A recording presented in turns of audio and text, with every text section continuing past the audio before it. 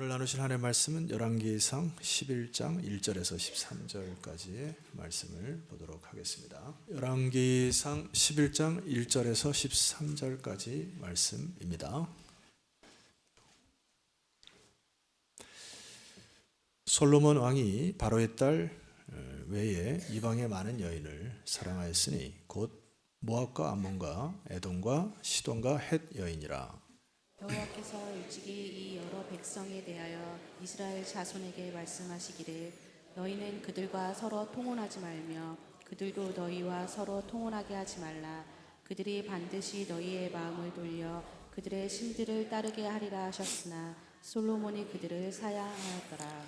왕은 후궁이 700명이요 첩이 300명이라 그의 여인들이 왕의 마음을 돌아서게 하였더라. 솔로몬의 나이가 많을 때 그의 여인들이 그의 마음을 돌려 다른 신들을 따르게 하였으므로 왕의 마음이 그의 아버지 다윗의 마음과 같지 아니하여 그의 하나님 여호와 앞에 온전하지 못하였으니 이는 시돈 사람의 여신 아스다롯을 따르고 암몬 사람의 가증한 밀곰을 따름이라. 솔로몬이 여호와의 눈앞에서 악을 행하여 그의 아버지 다윗이 여호와를 온전히 따름같이 따르지 아니하고 모압에 가증한 그모스를 위하여 예루살렘 앞 산에 산당을 지었고 또 암몬 자손의 가증한 몰록을 위하여 그와 같이 하였으며 그가 또 그의 이방 여인들을 위하여 다 그와 같이 한지라. 그들이 자기의 신들에게 분향하며 제사하였더라. 솔로몬이 마음을 돌려 이스라엘의 하나님 여호와를 떠남으로 여호와께서 그에게 진노하시니라. 여호와께서 일찍이 두 번이나 그에게 나타나시고 이 일에 대하여 명령하사 다른 신을 따르지 말라 하셨으나 그가 여호와의 명령을 지키지 않았으므로 여호와께서 솔로몬에게 말씀하시되 내게 이러한 일이 있었고 또 내가 내 언약과 내가 내게 명령한 법도를 지키지 않았으니 내가 반드시 이 나라를 내게서 빼앗아 내 신하에게 주리라. 그러나 내 아버지 다윗을 위하여 내 세대에는 이 일을 행하지 아니하고 내 아들의 손에서 빼앗으려니와 다 같이 읽습니다. 오직 내가 이 나라를 다 빼앗지 아니하고 아니하고 내 종 다윗과 내가 택한 예루살렘을 위하여 한 지파를 내 아들에게 주리라 하셨더라. 하셨더라. 아멘. 예, 여러분 명절 잘 보내셨죠? 예. 많이 드셨죠? 그래서 많이 쉬시기도 하시고. 근데 참 벌써 올해가 2개월이 또 훌쩍 지나가 버렸습니다. 여러분 세월을 아꼈으면 좋겠고 한 주간 동안도 여러분 말씀 전하기 위해서 기도로 준비하면서 오늘 제가 준비한 말씀 잘 전할 테니까 마음에 잘 새겼으면 좋겠습니다. 로마의 그 스토아 철학가 중에 그 세네카라는 사람이 있습니다. 여러분들이 고등학교 때 한번 들어봤을 이름인데 이분이 이제 그 유명한 말 중에 하나가 있는데 이런 문장이 있습니다. 인생의 드라마는 길이가 아니라 끝이 중요하다. 다시 한번요. 인생의 드라마는 길이가 아니라 끝이 중요하다. 저마다 인생을 살아가는데 길이가 좀 다르죠. 그런데 가장 중요한 것은 이제 끝이 중요하다라고 했습니다. 동의하신가요? 근데 이게 이제 성경에서도 기록이 되어 있어요. 성경에서 뭐라고 얘기하냐면은 전도서 7장 8절에 보면은 일의 끝이 시작보다 낫다. 그러니까 시작을 잘하는 것도 중요한데 끝을 맺는 것이 더 중요하다라고 하는 것입니다. 여기에 끝이라고 하는 단어는 히브리 단어에 이제 아하리트라고 하는 단어인데 이거는 단순한 시간의 마지막을 의미하는 게 아니고 최종 상태, 최종 결과, 궁극적 운명을 말하는 말씀이죠. 그러니까 이 전도서 7장 8절만 가지고도 굉장히 좀 무섭죠. 뭐가 무섭습니까? 믿음 없이 살아간다는 것은 성경에서 뭐라고 정의하냐면은 네가 살아있으나 죽은 것이니라 이렇게 얘기를 합니다. 일의 끝이 이미 끝났다고 얘기하는 것이죠. 더 무서운 것은 뭐냐면은 우리들 중에 내가 믿음이 있노라 하고 착각하며 살아가는 것, 그것도 위험한 것이죠. 그래서 여러분들이 예배를 드리거나 하나님께 기도할 때 주 예수 그리스도를 내가 정확히 고백하고 신뢰하는지를 점검하셔야 하는 것이죠. 왜냐하면 자기가 믿음이 있는 척하는 것이 위험하기 때문에 여러분 믿음의 삶을 다시금 여러분 재조정하시는 축복이 있기를 소망합니다. 그런데 이 말씀은 동시에 우리에게 소망이 주어지는 것이죠. 왜냐하면 아직 우리들의 인생의 끝이 아닌 것이고 돌이킬 시간이 있는 것이고 또 후회함으로 살아왔던 것들을 보람이라고 하는 카드로 바꿀 수 있는 아직 기회가 있기 때문에 여러분들에게는 소망이 되는 것이죠. 그러므로 소망 가운데 오늘 말씀을 한번 열어보도록 하겠습니다. 솔로몬의 죽음을 통해서 우리가 좀 교훈을 받아야 되는 부분은 솔로몬의 인생은 너무나 좀 안타까운 그의 인생을 보게 됩니다. 처음에는 정말 좋은 사람이었고 처음에는 정말 겸손한 사람이었는데 세네카의 지적대로 끝이 안 좋은 사람으로 기억됩니다. 솔로몬을 묵상하면서 신약의 그 메시지 하나를 여러분과 좀 나누고자 하는데 로마서 12장 2절 말씀을 함께 선포를 해야 됩니다. 이 부분이 너무 중요하기 때문에 자 시작. 너희는 이 세대를 본받지 말고 오직 마음을 새롭게 함으로 변화를 받아 하나님의 선하시고 기뻐하시고 온전하신 뜻이 무엇인지 분별하도록 하라. 조금 더 강조하기 위해서 이 단어를 좀 분석해 드리겠습니다. 이게 본받다라고 하는 것은 헬라어의 이제 시스케마티조라고 하는 단어인데 이거는 외부 압력에 의하여 형성되는 상태라고 하는 것이에요. 그러니까 세상의 틀에 의하여 세상의 가치관과 세상의 문화로 인하여 자연스럽게 내 안에 뭐가 형성된다. 우리들의 생각과 감정이 자꾸 밀어넣는다. 그러니까 광고를 보거나 드라마를 보거나 영화를 볼 때 그 영화로 인해서 영향을 받게 되는 것이죠. 동의하시죠? 그러니까 제가 지지난주에 여러분에게 디지털 디톡스에 대해서 설교를 드렸죠. 디지털 디톡스 하루에 몇 시간이라도 몇 분이라도 일주일에 몇 시간이라도 디지털과 함께 멀어지는 시간을 가져서 묵상하고 말씀을 하는 그거를 가져야 된다. 이렇게 설교를 드렸는데 참 감사한 것은 한 집사님하고 대화를 하다가 목사님 디지털 디톡스의 설교를 듣고 저녁에 이제 결단을 해서 일정 시간을 전화도 안 받고 그다음에 이제 카톡도 안 하고 뭐 이런 걸 해서 이제 정했습니다. 그래서 오히려 아이와 놀아주는 시간이 더 많아졌고 아내와 대화할 시간이 더 많아졌습니다. 잘했죠? 근데 그날 이제 중요한 전화를 제가 했는데 전화를 안 받아가 좀 거시기했지만은 뭐 전혀 삐지거나 그런 건 아니고 잘했다고 칭찬해주고 싶어요. 이게 왜냐하면 나도 모르게 세상에 그 수많은 나도 모르게 이게 손에서 스마트폰을 계속 보면서 이게 노출이 되면서 내 뇌의 가소성이 세상을 본받게 되기 때문에 그렇습니다. 그래서 성경은 뭐라고 얘기하냐면은 변화를 받아야 된다 이렇게 하는 것이죠. 이 변화라고 하는 거는 이제 메타모르포라고 하는 단어인데 내부에서 본질이 변화되는 것을 의미하는 것입니다. 그러니까 외적으로 뭐 잘해라, 뭐 겸손해라 이런 게 아니라 내면의 틀을 바꿔야 너의 인생이 바뀐다고 하는 이야기인 것이죠. 그래서 이거를 좀 정의를 하면은 본받음은 세상이 우리의 생각을 자기 틀에 맞추는 것이고 변화는 하나님이 우리의 본질을 새롭게 바꾸시는 것이다. 여기까지 이해가 가시죠? 조금 더 설명해 드릴게요. 필립스라고 하는 주석자는 이렇게 얘기를 합니다. 주변 세상이 자기 틀에 당신을 밀어넣게 하지 말고 거부하라는 얘기고요. 하나님이 당신의 마음을 어디서부터?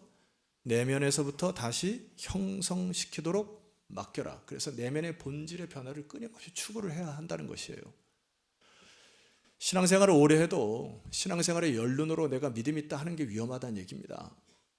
내면의 변화의 성숙이 있어야 된다는 거고 말씀으로 여러분의 틀을 깨시는 이 시간 되시기를 소망합니다. 그래서 솔로몬이 인생을 살면서 두 가지를 했어야 돼요. 뭐냐 하니까 가만히 놔두면 세상에 동화되어 버리는 세상의 문화와 가치를 거부했어야 되는 거고 두 번째는 그곳에 대하여 하나님께 시선을 고정하고 말씀으로 자기의 인생을 비추어 자기의 틀을 계속 바꿔나가는 작업을 못했기 때문에 솔로몬이 결과적으로는 타락한 것이에요. 솔로몬은 그가 가진 권력과 지혜로 축복의 인생을 시작했으나 인생이 좀먹기 시작하는 것을 캐치를 못했고요. 그의 인생 전체 축이 흔들리는 것들을 보지 못하는 것이었습니다. 그래서 서서히 무너진 거예요. 제가 이 말씀을 보니까 서서히 무너졌습니다. 여러분과 인생을 살면서 한 가지 정의를 한번 해볼게요. 무슨 정의냐면은 제가 이제 가끔 선포하는 게 사명은 각자다 이렇게 얘기를 하거든요. 이분에 동의하십니까? 사명은 각자예요. 그러니까 소명도 다릅니다. 그리고 여러분의 인생의 캐파도 크기도 달라요. 하나님께서 맡기시는 크기와 사이즈가 다릅니다. 그게 예수님께서 말씀하신 달란트 비유 아닙니까? 달란트 비유에서 5달란트 받은 사람이 있고 2달란트 받은 사람이 있고 1달란트 받은 사람이 있잖아요. 그러니까 5달란트 받은 사람은 5달란트를 나서 착하고 충성된 자와 칭찬 들었잖아요. 2달란트는 마찬가지죠. 근데 이 5달란트와 2달란트 받은 사람이 뭘 안 했냐면 서로 비교를 안 했단 말이에요. 2달란트 받은 사람이 하나님 왜 저 사람 저렇게 큰 인생을 맡겼습니까? 저 사람이 저렇게 사이즈를 크게 인생을 줍니까? 왜 이렇게 축복을 줘? 이게 비교를 안 했단 말이에요. 근데 1달란트 받은 사람은 뭐예요? 나는 왜 1달란트밖에 안 받았습니까? 자기의 주어진 인생과 사명의 크기를 자꾸 비교함으로 인해서 망하는 거거든요. 그러니까 이 1달란트 받은 사람이 아무것도 하지 아니하고 게으름을 주께서 지적하시는 거 아닙니까? 여러분, 우리가 인생을 볼 때 저도 뭐 제 인생을 보면 제 목회자의 크기와 어떤 그런 것이 제가 느껴지더라고요. 저는 뭐 서울반석교회 담임으로 저는 맞춤형으로 저는 딱 맞다고 생각해요. 제 사이즈와 크기를 알고 감사하며 사는 것이죠. 근데 우리 인생의 이 비운이 뭐냐면 자꾸 이 사이즈를 비교하거든요. 저 사람은 5달란트, 막 3달란트, 자꾸 이걸 비교하거든요.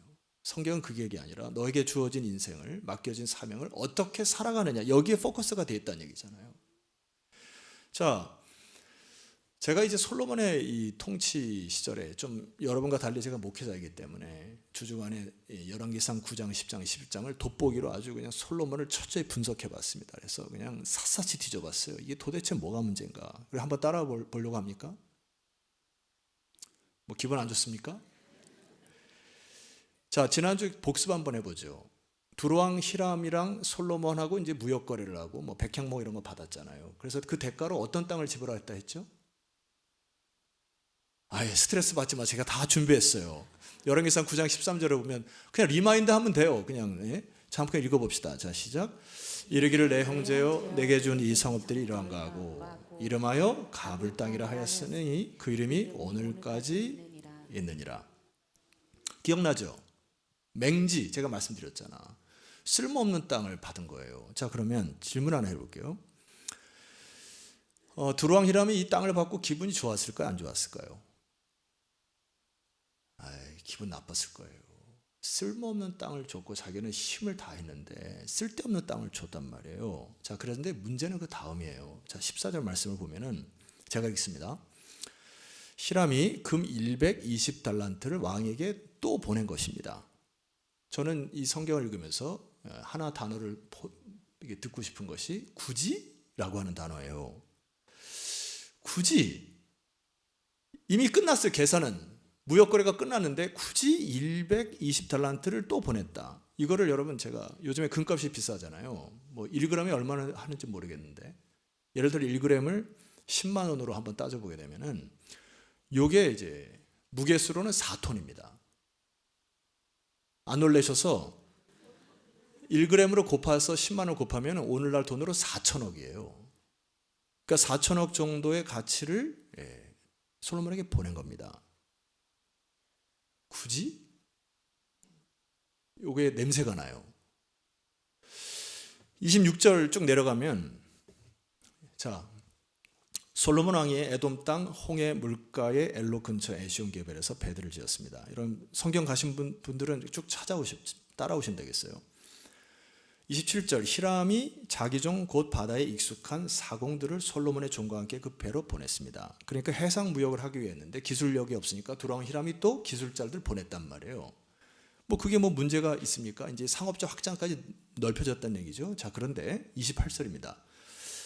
그들이 오빌에 이르러 거기서 금 420달란트를 얻었는데 솔로몬 왕에게로 가져왔더라. 뭘 단어를 써야 돼요? 굳이 420달란트를 또 줬어요. 요거 냄새가 납니다. 요거는 마치 어쩔 수 없이 빼앗기는 느낌 속에서 바친 거예요. 그 당시에 솔로몬이 강한 힘과 권력이 있으니까 자의반 타의반 바친 겁니다. 제가 주중에 그 명절날 뭐 친척들이 모였는데 그냥 드라마 중에 뭐 이름도 기억이 안 나는데 요즘 고등학생들이 막 초능력을 받아가지고 어떤 애는 어떤 초능력이 있고 뭐 어떤 초능력이 막 그래서 서로 뭐 드라마를 하는데 뭐 뭔 내용인지 하나도 모르겠어. 근데 거기에 제 눈에 사로잡혔던 게 뭐냐니까 한 교실에서 한 아이가 일진에게 당하는 겁니다. 그 새로 전학 온 아이가 이렇게 있는데 막 바켓을 머리에다 쓰고 막 물을 붓고 막 일진들이 괴롭히는 장면이 제 눈에 보이는 거예요. 근데 제가 청소년 때도 이제 좀 당한 게 있거든요. 우리 어머니를 쫄라가지고 우리가 가정에 너무 어렵게 살았는데 그렇게 메이커 신발을 신고 싶어가지고 쫄라가지고 이제 첫날 아직도 기억이 납니다. 이게 하얀 나이키에다가 이제 빨강색 나이키 샥 되어 있는데 그거를 그냥 날아갈 듯이 신고 다녔다가 오다가 뺏겼어요. 오늘 이 그 두로암 희랑이 이 솔로몬에게 가져왔더라. 이거는 뺏긴 거라고 저는 생각해요. 경제적으로 하면은 거래 불균형이라고 얘기를 하고 싶고요. 나쁜 말로 하면은 갑질이라고 얘기하고 싶고, 트럼프식으로 얘기하면은 합리적 갑질, 합리적 착취. 세계 경제를 쥐고 있던 솔로몬에게 빌붙어서 혹은 어쩔 수 없이 바치는 형태가 된 것 같습니다. 성도 여러분, 여기서 잠깐 우리가 교훈을 받아들일 게 있어요. 그리스도인으로 세상을 살아갈 때 여러분이 갖고 있는 힘과 권력으로 다른 사람을 피눈물 나게 해서는 안 됩니다. 나의 유익을 위해서 다른 사람을 열정페이를 요구하면서 다른 사람의 노동력 착취해서는 안 됩니다. 내가 손해보더라도 다른 사람에게 유익을 주는 하나님 나라의 정의와 공의를 실현시키시는 하나님 백성 되시기를 소망합니다. 위험해요, 이게. 조금 더 살펴볼게요. 하나님이 그걸 싫어하시는 것 같습니다. 예를 들어 10장으로 가보면은 솔로몬의 실체를 알 수가 있는데 10장 14절로 넘어가 봅시다. 자, 여러분이 함께 읽겠습니다. 자, 시작. 솔로몬의 세입금의 무게가 금 666달란트요. 이게 이제 한 해의 세입금의 무게인데 666달란트입니다. 그러니까 아까 4톤 곱하기 3 정도로 하면 돼요. 그러니까 자그마치 10한 4톤에서 5톤 정도를 한 해 세금으로 걸어 드리는 것입니다. 지금 솔로몬의 눈에는 뭐밖에 안 보입니까? 금밖에 안 보여요. 금금금 하는 겁니다. 오늘날로 하면 여러분 금이 요즘 비싸니까 금이 여러분 잘 안 보이시죠? 오늘날은 돈돈돈 하는 거예요. 평생 동안 땅땅땅 하는 겁니다. 집집집 하는 거예요. 내가 좋은 차 타기 위해서 차차차 하는 겁니다. 이게 솔로몬의 형태고 오늘 우리의 형태예요. 여러분 집에 가서 솔로몬 10장을 쭉 한번 보세요. 금이라는 단어가 수십 개가 등장을 합니다. 그러니까 이 열왕기상의 기자가 뭘 고발한 겁니까? 솔로몬의 눈에 지금 금밖에 안 보인다. 그가 가진 지혜로 사람들 이롭게 하거나 하나님을 영화롭게 하는 지혜가 아니라 자기가 영화하고 부강하고 강력한 나라를 만들기 위해서 이 시스템을 구축하는 게 보여요. 솔로몬의 이 마음속에 하나님 주신 지혜로 딴 것에 힘을 쓰는 것이 보입니다. 여러분, 이게 왜 위험합니까? 돈과 권력으로 다른 짓을 하고 있어요. 자, 15절 말씀 보시면은 제가 읽습니다. 그 외에 또 상인들과 무역하는 객상과 아랍의 모든 왕들과 나라의 구관들에게서도 가져온지라. 16절 말씀 보니까 솔로몬 왕이 쳐서 느린 금으로 큰 방패 200개를 만들었어요. 미친 거 아닙니까? 여러분, 방패에다가 금을 입힐 이유가 뭐가 있어요? 금이 남아도니까 자기의 권력을 자랑하기 위해서 방패에다가 금도금을 하고 있어요. 자, 여러분, 이만하게 되면은 더 이상 솔로몬은 하나님을 의지할 필요가 없게 됩니다. 셋으로 덜어들인 수익과 곳곳에서 바치는 조공 때문에 자신이 힘과 지혜로 인생을 헤쳐나가겠다고는 자만심이 가득한 것으로 보여요. 이게 위험한 것이죠. 성경은 신명기에 보면은 너희가 왕을 원하니까 내가 왕을 줄 텐데 네가 왕으로 삼거든 왕에게는 3가지를 주의해라 이렇게 얘기를 하거든요. 첫 번째는 뭐라고 하냐면은 신명기에 보면 병마를 많이 두지 말아라 합니다. 병마를 많이 두게 되면은 너희들이 애굽으로 돌아갈 것 같다. 하나님 걱정하신 게 뭐죠? 그때 당시에 강대국이 애굽이었는데 애굽에 또 돌아가서 자꾸 무역을 하고 병마를 사므로 인해서 애굽의 문화와 애굽의 나쁜 것들이 자꾸 너네들을 본받게 할까 두려우니 왕이 되거든 병마를 많이 두지 마라. 하나님께서 말씀하신 거. 두 번째, 아내를 많이 두지 말아라. 미혹될 것이다. 왜 미혹됩니까? 여러분 이때 당시만 해도 뭐 솔로몬 왕이 뭐 후궁이 뭐 1000명까지 있다고 하는데 이게 뭐 그때 당시 역사책을 제가 보니까 왕들이 뭐 1500, 2000명까지 둔 왕들이 질비해요. 그러니까 정략 결혼식으로 결혼할 수 있는 거죠. 근데 하나님 왜 이 얘기를 거부하십니까? 미혹된다. 이방의 문화들이 그 정략 결혼을 통해서 들어오니까 차단해라 얘기하신 거고, 마지막 하나는 뭐라고 얘기하신 줄 아십니까? 자기를 위하여 은금을 쌓지 말아라 했습니다. 여기 하나님 강조하는 메시지가 있어요. 은금을 쌓는데 그게 너를 위하여 쌓으니까 네 왕국이 되고 네 인생이 되니까 은금을 많이 쌓지 말아라. 말씀을 솔로몬이 기억도 안 하고 순종도 안 합니다. 무시해요.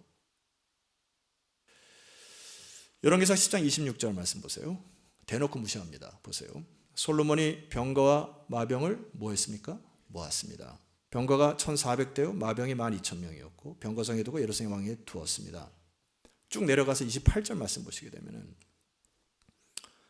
솔로몬의 말대로 애굽에서 들어왔으니 왕의 상인들이 값주고 산 것이다.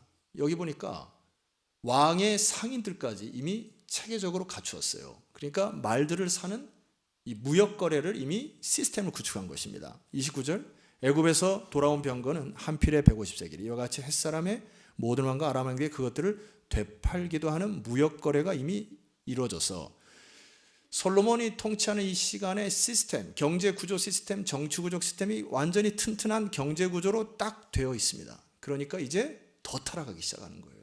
왜 그럴까요? 하나님 없이도 사는 겁니다. 위험합니다. 오늘 11장에 왔어서 11장은 막장 드라마예요. 11장 1절 보세요. 솔로몬 왕이 바로의 딸 외에 이방의 많은 여인을 사랑하였으니, 사랑하는 거게 뭐가 죄겠어요? 마음을 빼앗기는 건 뭐가 죄겠어요? 그렇지만 크리스찬은 그렇게 사는 게 아니라는 것이죠. 이 세상을 본받지 말아야 되는 것이고요. 마음을 새롭게 했어야 된다는 얘기입니다. 자, 2절 이하에 내려가야 되니까 이게 문제가 된 것입니다. 여호와께서 일찍이 여러 백성에 대하여 이스라엘 자손에게 말씀하시기를 너희는 그들과 서로 통혼하지 말고 그들도 너희와 서로 통혼하게 하지 말라. 그들이 반드시 너의 마음을 뭐한다? 돌려 그들의 신들을 따르게 하라 하셨으니 솔로몬이 그들을 사랑하셨다. 자, 그 결과로 3절 이하에 보게 되면 이렇게 되어 있습니다. 왕은 후궁이 700명이고 첩이 300명이라 놀랍습니다. 이름이나 알았을까요?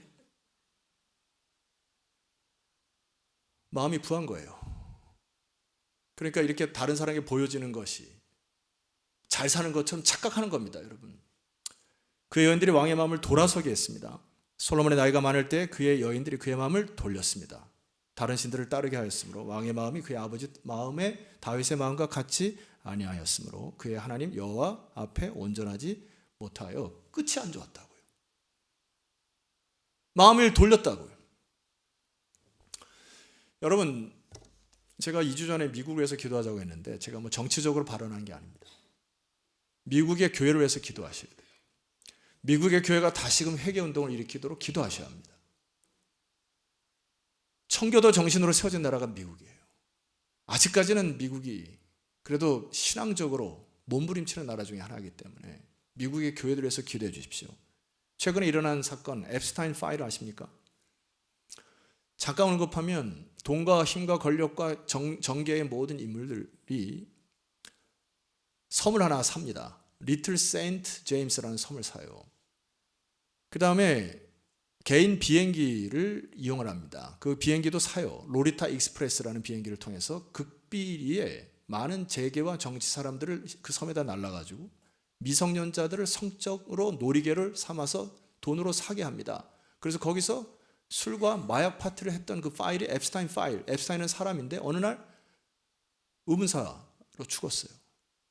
파일이 공개되면 전 세계 리더들이 막 흔들흔들 거리니까 제가 볼 때는 타살일 가능성이 높습니다. 자, 이 사건이 미국을 크게 힘들고 전 세계를 흔들 거예요. 제가 볼 때는. 자, 그런데 솔로몬이나 이 앱스타인 파일에 노출되어 있던 이 수많은 거물들 말이에요. 그 사람과 여러분 사이에서 우리들은 그들의 유혹과 그들의 트랩에 대해서 자유할 수 있습니까? 아까 말씀드렸듯이 사이즈만 다를 뿐이에요. 인간은 똑같습니다. 크기만 다를 뿐이에요. 그러나 우리 인간의 마음속은 타락은 똑같습니다. 여러분 오히려 이렇게 저에게 반문할 거예요. 목사님, 저에게 솔로몬의 부귀와 영화만 주었더라면 저는 그렇게 안 살 것입니다. 쓸데없는 소리 하지 마세요.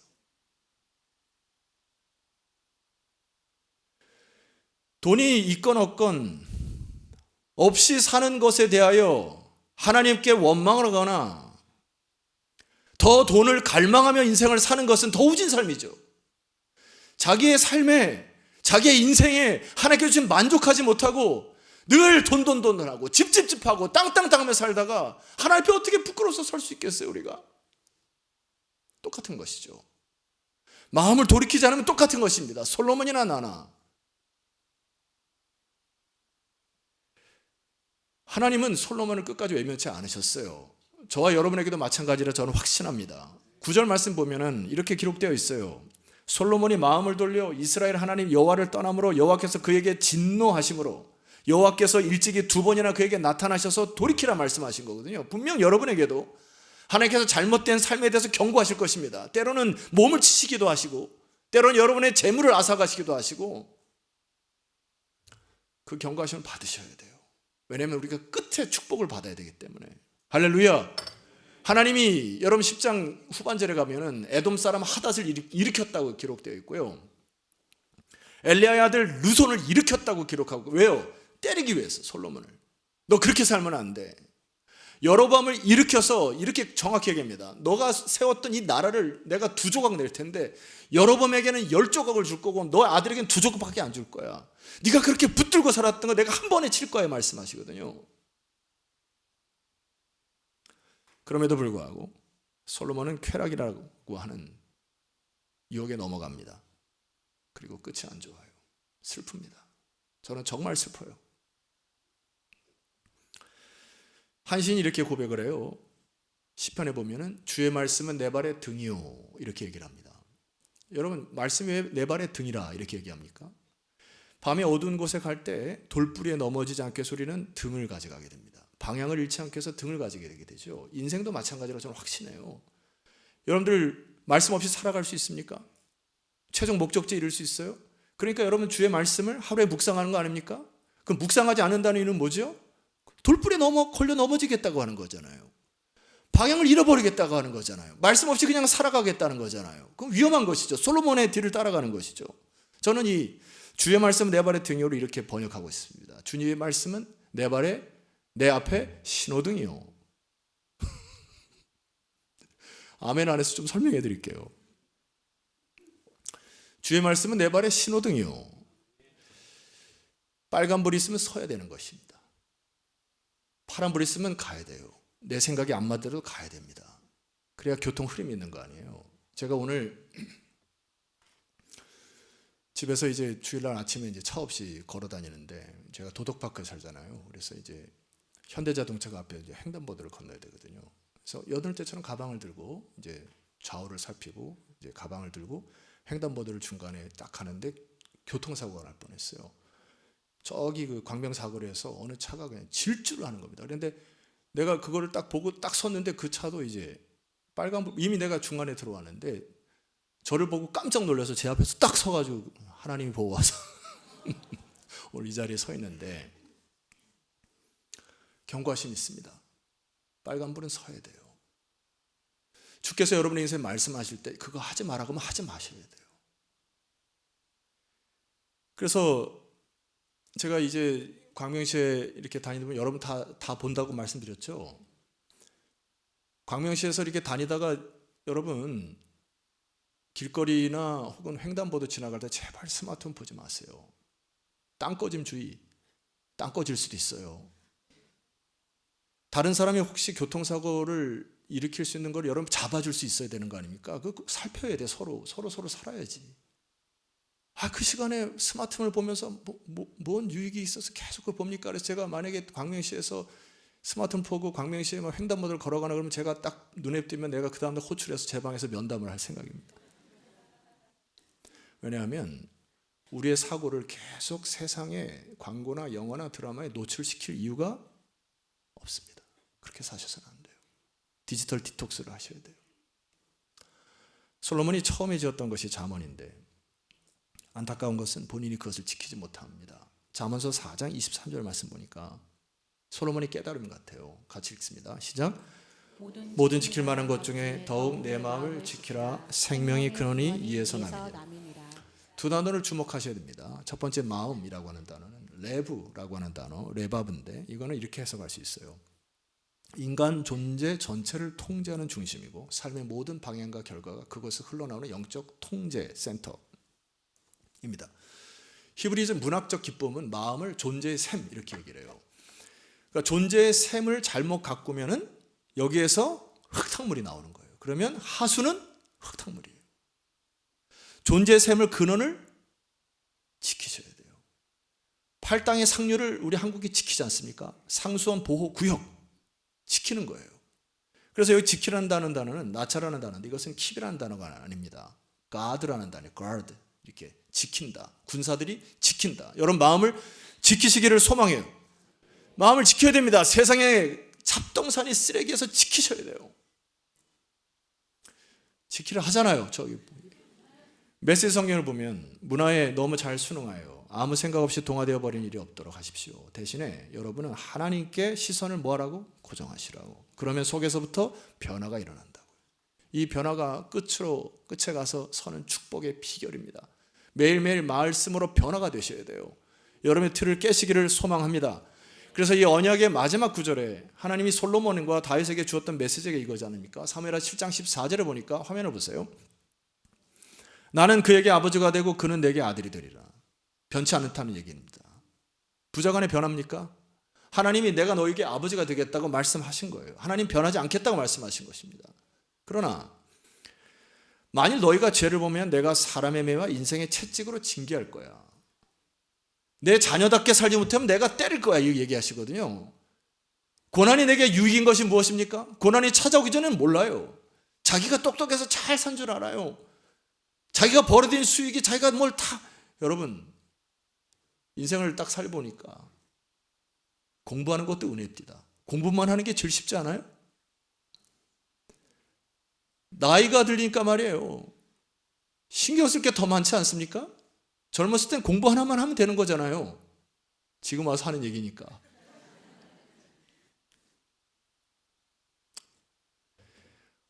오늘 주님께서 우리에게 너희들이 잘못하면 내가 때릴 거야 할 때 고난이 축복의 아멘 하시면 됩니다.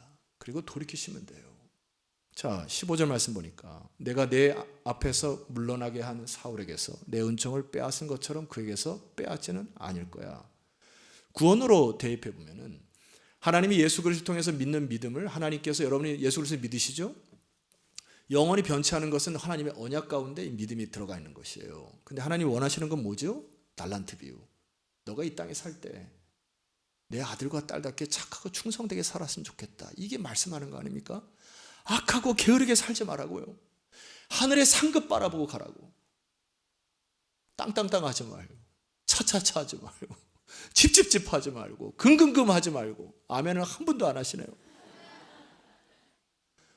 제가 이 토요일 날 제 나름 루틴이 있습니다. 집안을 이제 그 아내가 뭐 주중에 고생을 했으니까 토요일만큼 제가 청소를 해요. 대청소를 혼자 하고 막 도우라고 해서 막 하고 그다음에 이제 밥을 먹고 마지막 하는 게 이제 러닝을 하거든요. 제 습관 중에 하나인데 어제도 뛰었습니다. 러닝하면 제가 뭐 할게요? 뭐 할까요? 제가 하나님 반석교회 성도들에게 은혜 주시옵소서. 부족한 저희가 내일 말씀을 전하는데 하나님 크신 은총 주십시오.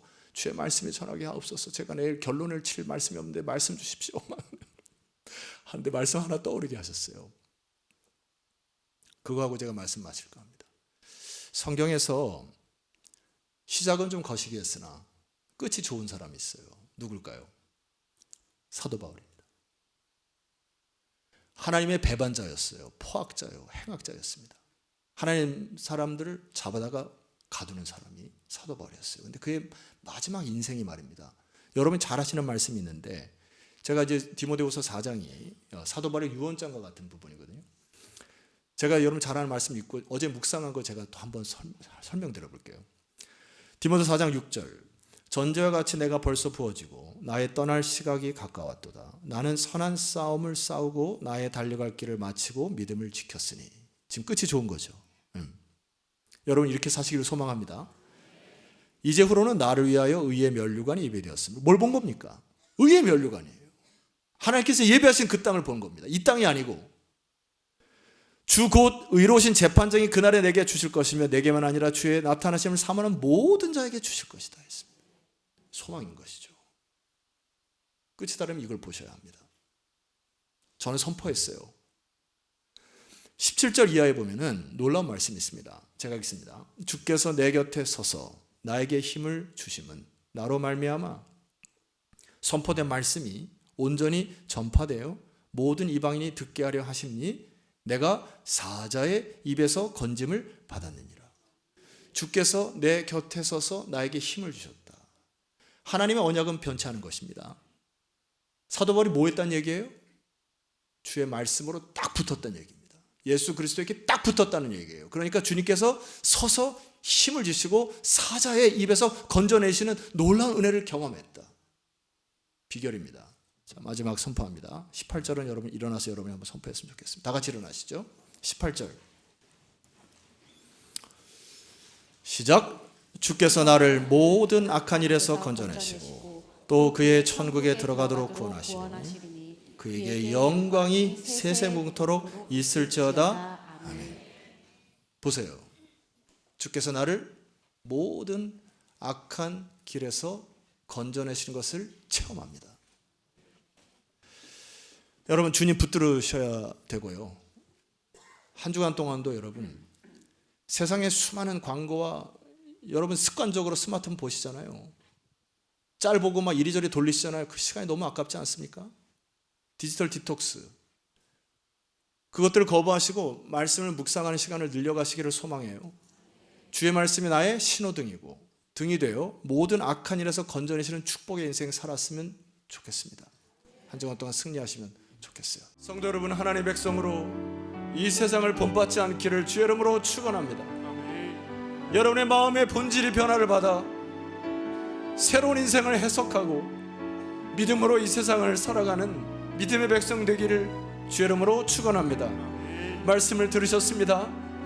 주의 언약은 변치 않으실 것인데 하나님이 때로 인생의 채찍으로 막대기로 여러분을 때리실 때 하나님 주님의 착하고 충성된 종이 되어 영광스러운 주의 품에 안기는 믿음의 여정을 끝까지 완주하겠나이다.